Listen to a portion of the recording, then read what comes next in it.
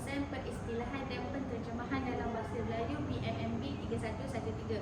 Jadi hari ini saya Nurul Intan Syamimi binti Hassan, Mas Izati Farah Anibah dan Muhammad Alif daripada unit V1 akan membentangkan tugasan 3 iaitu pembentangan berkumpulan. Okey, jadi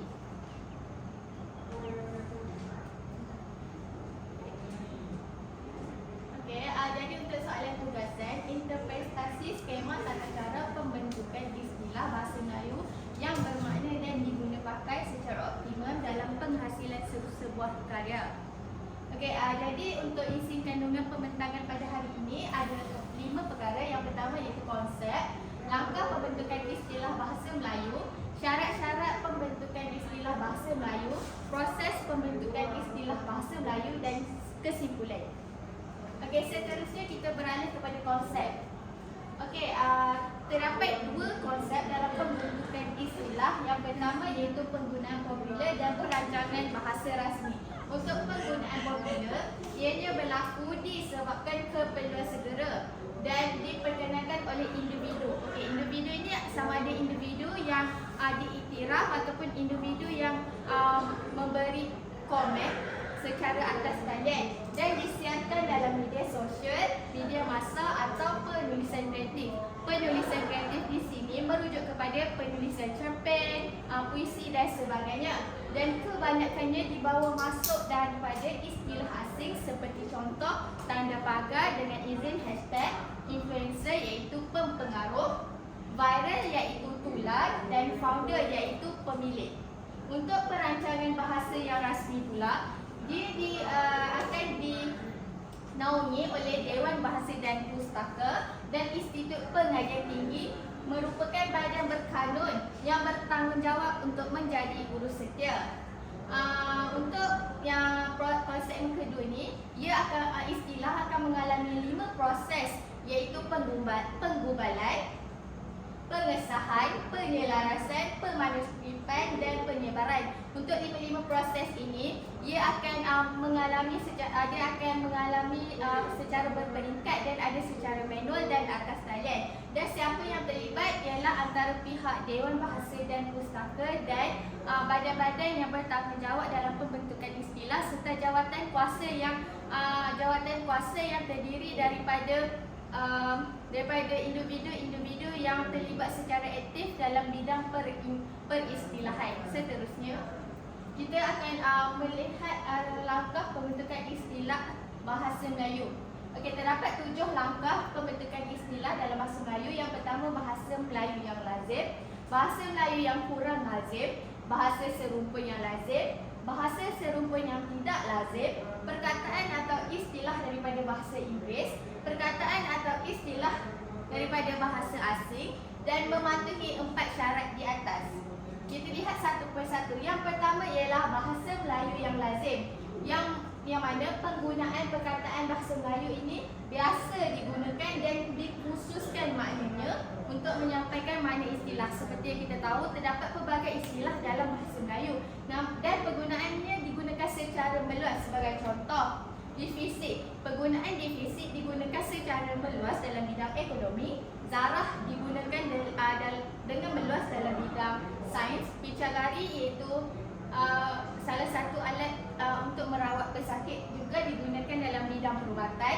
Seramik dalam bidang pembinaan. Kuasa dalam bidang matematik seperti contoh kuasa 2, kuasa tanda kuasa dan sebagainya. Dan gaya dalam bidang permodelan dan akademik.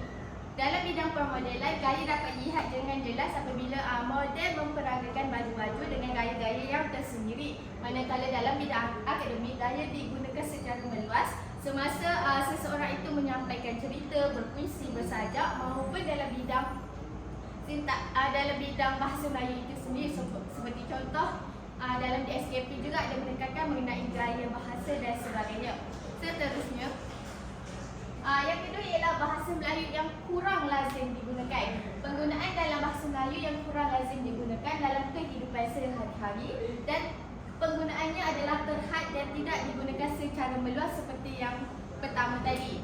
Contohnya seperti jisim, Mendak. Mendak hanya digunakan apabila berlakunya tanah runtuh seperti tanah runtuh di Batang Kali tempoh hari. Penggunaan mendak kerap kali digunakan pada ketika itu sahaja. Namun kini, kataan mendak jika dalam keadaan biasa jarang digunakan.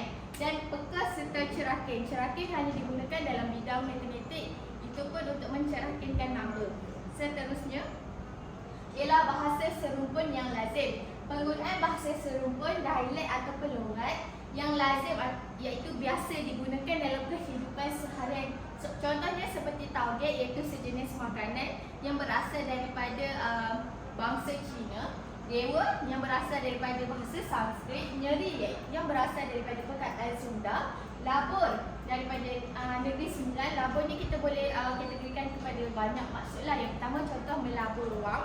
Yang kedua melabur untuk membuang hajat seperti membuang air besar. Belaming iaitu melekit yang digunakan oleh yang diperkenalkan oleh daripada dialek Kelantan. Dan kamel iaitu adun juga daripada dialek Kelantan.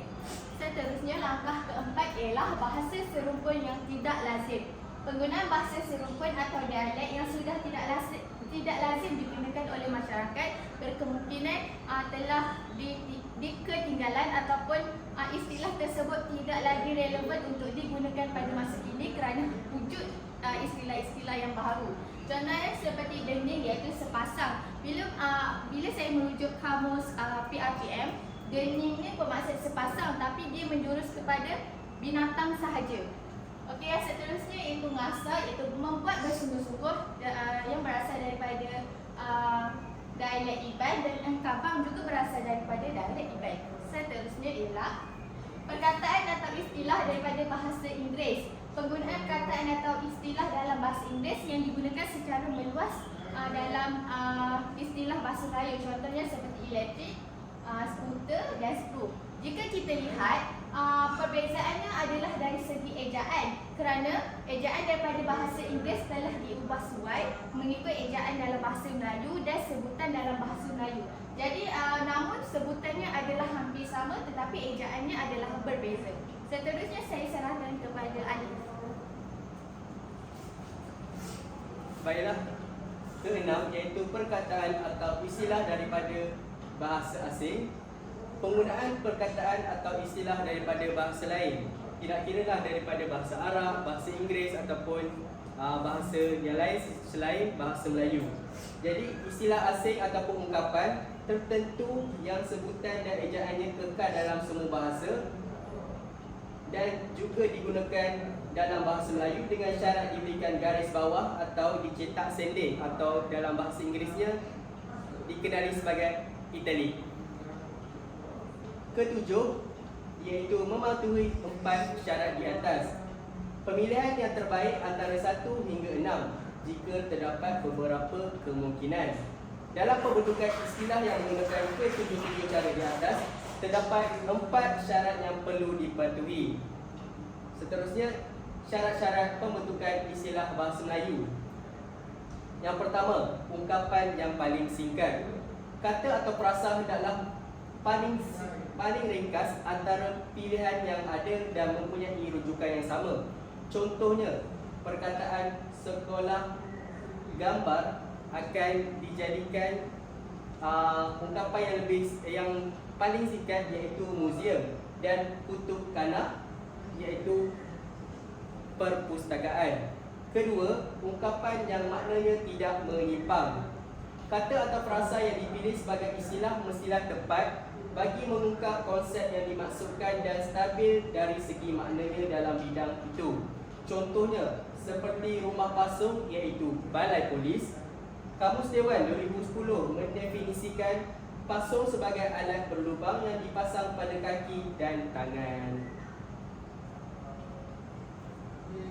Ketiga, ungkapan yang tidak berkonotasi buruk.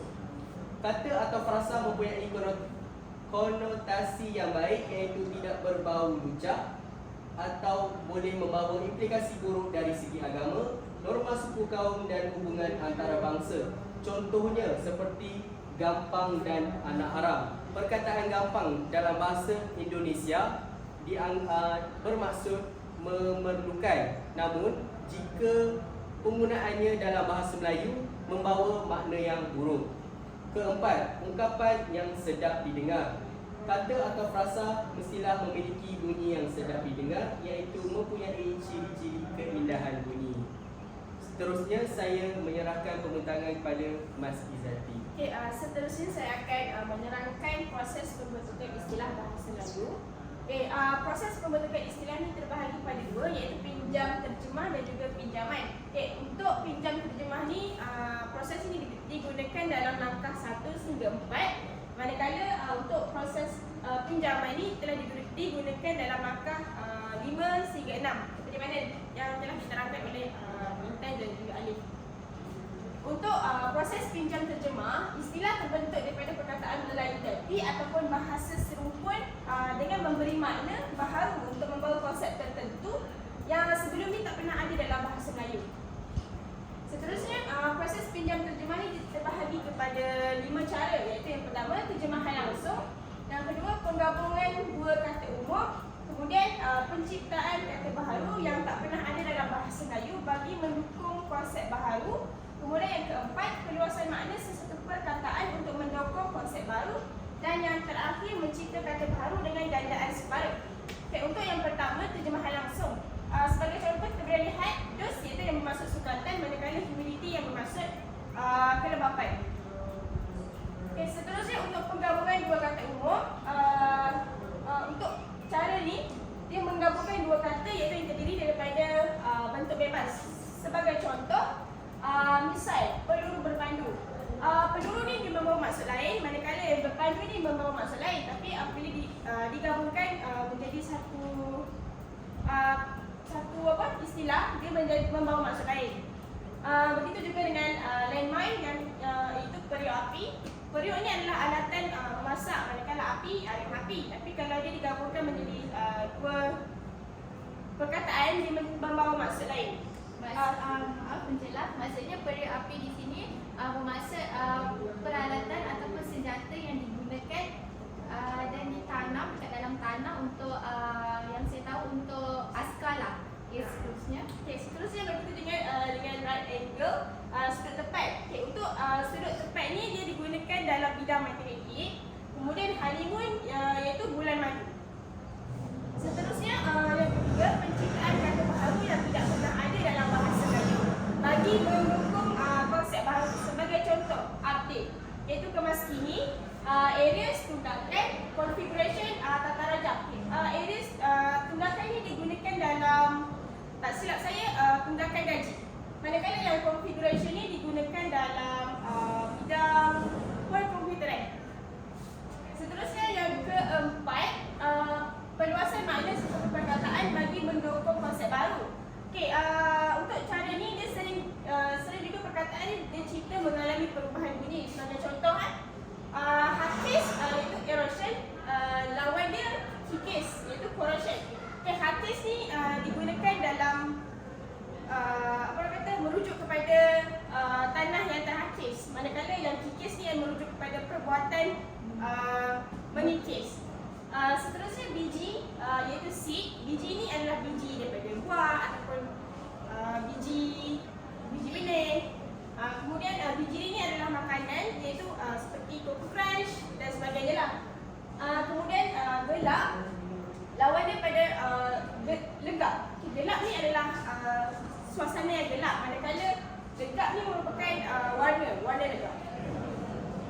Seterusnya yang kelima iaitu mencipta kata baharu dengan gandaan separuh. Sebagai contoh, radius. Okey, radius ni dia bermaksud jari-jari, tapi apabila dia gandaan separuh, dia disingkatkan menjadi jejari. Begitu juga dengan lattice iaitu kekisi, liquid, cair dan juga trust, kekuning. Seterusnya untuk proses pinjaman. Proses pinjaman ni terbahagi kepada dua, iaitu pengambilan dengan perubahan atau penyesuaian ejaan. Kemudian yang kedua, pengambilan tanpa perubahan ejaan. Okay, untuk pengambilan dengan perubahan penyesuaian ejaan, macam kita tengok kat sini, biologi, kinetik, klinik, fokus dan juga automatik. perkataan kat sini dia berubah. Contohlah biologi. Biologi untuk bahasa Inggeris dia digunakan Y, tapi kalau dalam bahasa Melayu dia diubah kepada I untuk sebutan. Manakala pengambilan tanpa perubahan pula, kita boleh lihat yang audit, bonus, standard, atom ataupun histoli, semua kat sini dia tak ada berubah apa-apa perkataan tu. Okey, seterusnya saya akan menyerahkan kepada Alif. Baiklah, kesimpulannya, proses pembentukan istilah dalam bahasa Melayu perlu dibentuk berdasarkan langkah-langkah dan syarat-syarat yang telah ditetapkan. Hal ini penting bagi memastikan istilah yang dihasilkan bersesuaian dengan keperluan bahasa Melayu. Oleh hal yang demikian, istilah baharu yang dibentuk akan menjadikan bahasa Melayu lebih unik dan relevan untuk digunakan oleh masyarakat pada hari ini. Sekian daripada kumpulan kami. Terima kasih.